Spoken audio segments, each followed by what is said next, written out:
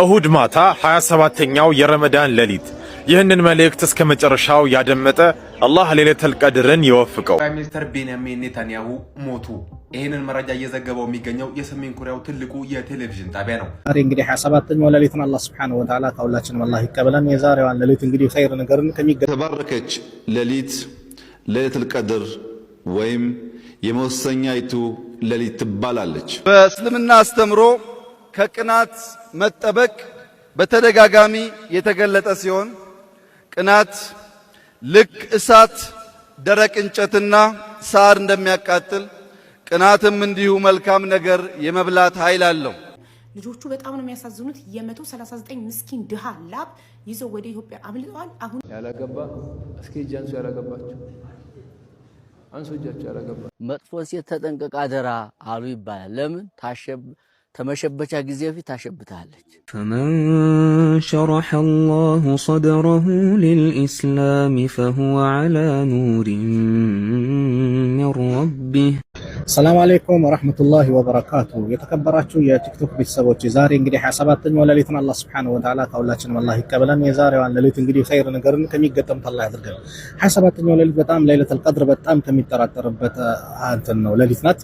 አራ ሩእያኩም ከተዋጣዓት ፊ ሰቢል አዋኺር ብለው ነብዩ ሰለላሁ ዐለይሂ ወሰለም የሆኑ ሰሃቦች መናም አይተው እናንተ መናም ያያችሁት እንግዲህ 27ኛው ሌሊት ላይ የገጠመች መስላት ታየኛለች ብለዋል። እንግዲህ ለይለቱል ቀድር የሚፈልግ ካለ በ27ኛው ላይ ይፈልግ ብለው የተናገሩበት ሐዲስ አለ። ኡበይ ኢብኑ ከዓብ እንግዲህ 27ኛው ሌሊት ነው ብለው በእርግጠኝነት የተናገሩበትም አለና እንግዲህ የዛሬዋ ሌሊት በጣም ጠንከር በሉ። እስከዛሬ የሰነፋችሁ የደከማችሁ በተለያዩ ምክንያት እንትን ያላችሁ ዛሬ አደራ ዱዓ የምታበዙበት ዚክር የምታበዙበት 27ኛው ሌሊት ዛሬ በደንብ አላህን ኸይር ነገር የምትለምኑበት የምትጠይቁበት መልካም ነገር አላህ እንዲያመጣላችሁ እንዲወፍቃችሁ ዱዓ የምታደርጉበት ነው። የዛሬ ሌሊት ለይለቱል ቀድር እጅጉን በጣም የሚጠራጠርባት ሌሊት ናት። አላህ ይወፍቀን፣ አላህ ይወፍቃችሁ። እንዳመልጣችሁ አደራ በዱዓ እንዳትረሱኝ። እኔ ማረሳችሁ እሁድ ማታ 27ኛው የረመዳን ሌሊት ይህንን መልእክት እስከ መጨረሻው ያደመጠ አላህ ሌሊተል ቀድርን ይወፍቀው። ይህንን መልእክት ሼር ያደረገ ደግሞ አላህ ሙሉ የረመዳን ዒባዳውን ይቀበለው። ወደ መልእክቱ ዛሬ አዋጅ ሊታወጅ ነው። አዋጅ በሌሊተል ቀድር ከሳቸው ህልፈት በኋላ በዓመት አንዴ እንጂ የማይመጣው የውዱ ነቢያችን ሙሐመድ ሰለላሁ ዐለይሂ ወሰለም ባልደረባ ሊመጣ ነው። የተከበረውና ታማኝ የሆነው የአላህ መልእክተኛ ምድር ከተፈጠረች ጀምሮ ቁጥራቸውን አላህ እንጂ ማንም ወደማያውቃቸው ነቢያቶቹና መልእክተኞቹ በታማኝነት መልእክቱን ሲያደርስ የነበረው ጅብሪል ዐለይሂ ሰላም ሌይሉ ምን ያክል የተከበረ ቢሆን ነው ያ ጀማዓ። ይህ መልእክት እናንተ ጋር ከደረሰ አላህ ሊያሳውቃችሁ የፈለገው ነገር አለ ማለት ነው። መልእክቱን ለብዙ ሰው ማንቂያ እናድርገው ኢንሻአላህ። ሌሊተል ቀድር ማለት ትልቅ ደረጃ ያላት ሌሊት ማለት ሲሆን በከፊል ዑለማዎች ዘንድ ደግሞ ፍጥራንን የሚመለከት የዓመቱ ውሳኔዎች የሚተላለፍባት ሌሊት ማለት ነው። ታዲያ ጉዳይ ምን መሰላችሁ? አላህ በሌሊተል ቀድር የሚሰራ ሥራ ከ1000 ወር ይበልጣል እያለን እኛ ለምን እንሰንፋለን? ከኛ ውስጥ ጀነት መግባት የሚፈልግ የለም? ወንጀሉስ የከበደው የለም? አፍያው እንዲመለስለት የሚፈልግስ የለም? በቤተሰቡ፣ በሥራ ቦታው፣ በትምህርቱ፣ በተለያዩ ጉዳዮች የተጨነቀስ የለም? በእርግጠኝነት ይኖራል። ነገር ግን እኛ ተዘናግተናል። ለምን? ሁሉም ነገር የሚታየው በመጨረሻው ነውና የረመዳናችን የመጨረሻ እንዲያምር የቀሩት ጊዜያቶች ላይ በዒባዳ መበርታት አለብን። በመጨረሻም በውዱ ነቢያችን ሙሐመድ ሰለላሁ ዐለይሂ ወሰለም ላይ ሰላዋት ማውረድ አትርሱ። ሰሉ ዐለ ነቢይ። ተባረከች ሌሊት ሌሊተል ቀድር ወይም የመወሰኛይቱ ሌሊት ትባላለች። በዚህች ሌሊት የሚተገበር መልካም ተግባር ከ1000 ወራት መልካም ተግባራት የላቀ ምንዳ እንዳለው በቁርአን ተጠቅሷል። ሙስሊሞች በረመዳን ወር ለመልካም ተግባራት ይሽቀዳደማሉ። ጊዜዋ ተለይቶ ያልተጠቀሰችውን ይህችን የሌሊተል ቀድርን መልካም ተግባር ምንዳ ለማግኘት ግን በልዩ ሁኔታ ይተጋሉ። እንደ ወትሮ ቢሆን ይህ መልእክት የወራት ሁሉ አውራና ፊት አውራሪ ለሆነው የረመዳን ወር እንኳን አደረሳችሁ በሚል በጎ ምኞት ዙሪያ ብቻ የዚህ ዓመት የረመዳን ወር የሚውለው ግን አንዱ ትልቅ እሴት ዘካና ሰደቃ ናቸው። ለሌሎች ማካፈል፣ ለሌሎች መትረፍ መቻል።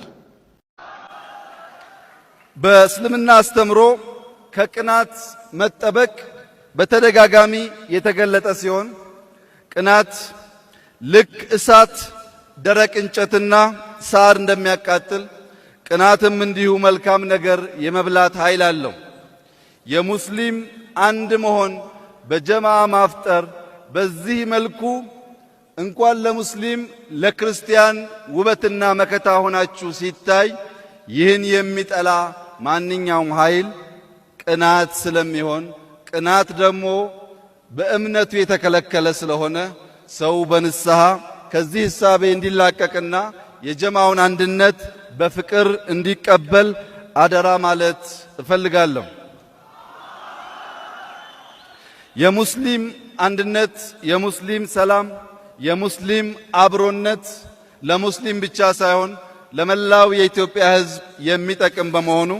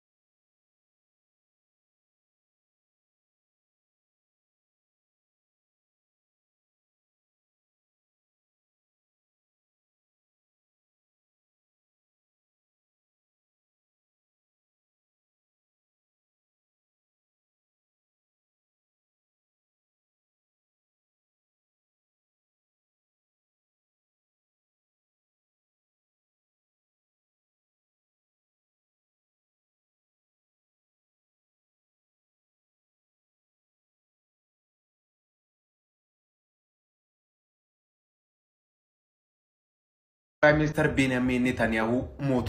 ይህንን መረጃ እየዘገበው የሚገኘው የሰሜን ኮሪያው ትልቁ የቴሌቪዥን ጣቢያ ነው። ጣቢያው ጠቅላይ ሚኒስትር ቤንያሚን ኔታንያሁ ወንድማቸውና 6 ጠባቂዎቻቸው መሞታቸውን በዚህ ሰዓት እየዘገበው ይገኛል። በትናንትናው ዕለት የእስራኤል ጠቅላይ ሚኒስትር ቤንያሚን ኔታንያሁ መግለጫ ሰጥተው ነበር። መግለጫ በሰጡበትም ወቅት የጠቅላይ ሚኒስትሩ የእጆቻቸው ጣቶች 6 ሆነው ታይተዋል።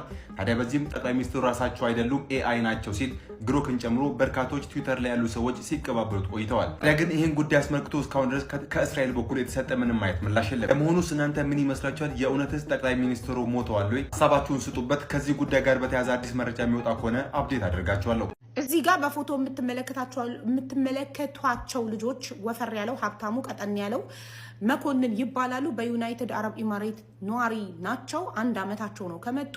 ደላላ ናቸው። አንድን ወንድ ልጅ ስራ ሲያስገቡ በ600 ድርሃም እየተቀበሉ ስራ የሚያስገቡ ፎርማልም ናቸው። ላይክ ደሞዝ የሰራተኛ ደሞዝ ሰብስበው የሚያከፋፍሉት እነሱ ናቸው ላስገቧቸው ሰራተኞች ማለት ነው።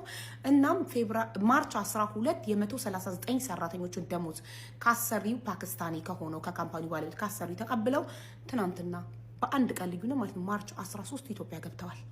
እናም አሁንም ላይቭ ላይ ነን። ልጆቹ በጣም ነው የሚያሳዝኑት። የ139 ምስኪን ድሃ ላብ ይዘው ወደ ኢትዮጵያ አምልጠዋል። አሁንም እባካችሁ ከሀገር እንዳይወጡ እነዚህ ልጆች ከኢትዮጵያ በሊቢያም ሆነ በሳውዲ በባህር ምናምን አድርገው በህገ ወጥ መንገድ ከሀገር ለመውጣት ስለሚሞክሩ የኢትዮጵያ ሕዝብ እንዲተባበረን የትም ቦታ ላይ ያያቸው ሰዎች ለህግ አሳልፎ እንዲሰጣቸው እንጠይቃለን። እነዚህ ምስኪን ድሆች ደሞዛቸውን ይዘውባቸው በጣም ትልቅ ብር ነው ይዘው የጠፉት። ተባበሩን። ይሄን ቪዲዮ ሁላችሁም ሼር ዲዩት ሪፖስት አድርጉት ፕሊዝ። ያላገባ እስኪ እጃንሱ ያላገባችሁ አንሱ እጃችሁ ያላገባችሁ ላኢላሃ ኢላላህ ኸልቁ ያላገባ ያላገቡት ያ ረብ ሸዋል ላይ ሳሊህ የሆነች እናት አባት የመረቋት ቁረተል ዐይን የሆነች አላህ ያምጣላቸው። ያገቡትም ቤት ሲገቡ ከሚቀጠቀጥ ሐጅ አላህ ይጠብቃቸው። ቤታችንን አማን አላህ ያርገው። ቤታችንም አማን ሐያታችንም የአማን አላህ ያድርገው። የዕልሙንም በር አላህ ይክፈትልን። ዒልመን ናፊዕ ወቁል ረቢ ዚድኒ ዒልማ ያለው ዒልመን ናፊዕን አላህ በር አላህ ይክፈትልን። የተጨነቀ ሁሉ አላህ ይፈርጀው። ሐጃ ያለው ሁሉ ሐጃውን ተረክቦ የሚሄድበት ሌሊት አላህ ያድርገው። ረመዳን በዚህ ዓመት የዓፊያ የተለየ ረመዳን አላህ ያድርግልን።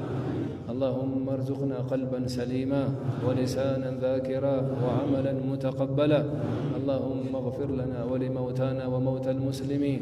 اللهم اغفر لهم وارحمهم ونور قبورهم يا أرحم الراحمين. اللهم أرنا السرور في جميع الأمور. اللهم اجعلنا من عبادك الصالحين. اللهم اجعلنا من عبادك المحبوبين. اللهم اجعلنا من عبادك المقربين. اللهم اجعلنا من الذاكرين الله كثيرا والذاكرات. وطهر ألسنتنا من الكذب والغيبة والنميمة ومن القيل والقال وكثرة السؤال برحمتك يا أرحم الراحمين. اللهم ارزقنا علما نافعا برحمتك يا أرحم الراحمين. اللهم اجعلنا هادين مهتدين غير ضالين ولا مضلين. ربنا آتنا في الدنيا حسنة وفي الآخرة حسنة وقنا عذاب النار وأدخلنا الجنة مع الأبرار. صلى الله على سيدنا محمد وعلى آله وصحبه وسلم. መጥፎ ሴት ተጠንቀቅ አደራ አሉ ይባላል። ለምን ተመሸበቻ ጊዜ ፊት ታሸብታለች። መጥፎ ሴት ያለውና ተቤቱ በታቀበት ያለበት ሰው ያለ ጊዜ ያረጃል ይላል የሀገራችን ሰው። አንድ ሴት ለማግባት ስንፈልግ የመጀመሪያ መለኪያችን ዲን መሆን አለበት። ዲን ተለለ ሌላ ሁሉ ቢኖር ሁሉም ፍርሽ ነው የሚሆነው፣ ለሱ አስቸጋሪ ነው የሚሆነው። ዘርም ብታየው በዘሯ ትጎረባለች፣ ገንዘቧም ተሆነ በኔ እየኖርክ ትለዋለች። መልክም ሲሆን ሁልጊዜ እንደተናቀ እንዲያጎነበሰ ነው የሚኖረው። ሌላውን እንተውና ማለት ነው። ዲን ታለ ግን ተከብሮ ይኖራል። እና የመጀመሪያው የዲን ጉዳይ ነው። ለልጆቹም ለነገ ኮትኩታም ታሳድግለት ተሞተ በኋላ የማይቋረጥ ስራ ትቶ ለመሄድ ሊችል የሚችለው ጥሩ ሚስትን ታገባ ነው። የልጅም ሐቅ ነው ተብሏል አይደል እንዴ? ጥሩ ሴት ማግባት ልጅ ሳይገኝ በስተፊት የምታሟላት ሐቅ ነውና ስለዚህ መጀመሪያ ዲኗ መታየት አለበት። ሌላኛው ዲኗ ብቻ በቂ አይደለም። የሚገርም ሆኖ ዲን ኑሮት ሁሉቅ ያልተስተካከለ ሰው እናያለን የሚያጅብ እና ስለዚህ ዲኗ ደህና ነው ብትባልም ቀርታለች፣ ሂጃቧን ጠብቃለች፣ ትሰግዳለች፣ ሌላም ብትባልም ጸባዋ ደግሞ መታየት አለበት። ለዚህ ነው ነብዩ ሰለላሁ ዐለይሂ ወሰለም ተዘወጁል ወዱድ አሉ። ይሄ ከጸባይ ጋር የተያያዘ ነው። ባሏን የምትወድ የምታከብር መሆን መቻል አለባት። ለዚህ ብሎ ሉቅማኑል ሐኪም ለልጃቸው ሲመክሩ መጥፎ ሴት ተጠንቀቅ አደራ አሉ ይባላል። ለምን ተመሸበቻ ጊዜ ፊት ታሸብታለች። መጥፎ ሴት ያለውና ተቤቱ በታቀበት ያለበት ሰው ያለ ጊዜ ያረጃል ይላል የሀገራችን ሰው። እንደው አቀበቱ ያጠናክራል እንደውም እኮ ስትመላለሱበት እና ይሄ ነው። ሌላው እኔ መለኪያ አድርጌ የምወስደው አላህ ይወፍቀውና ሁሉንም ቢክራ ነው። ቢክራ መሆን አለባት።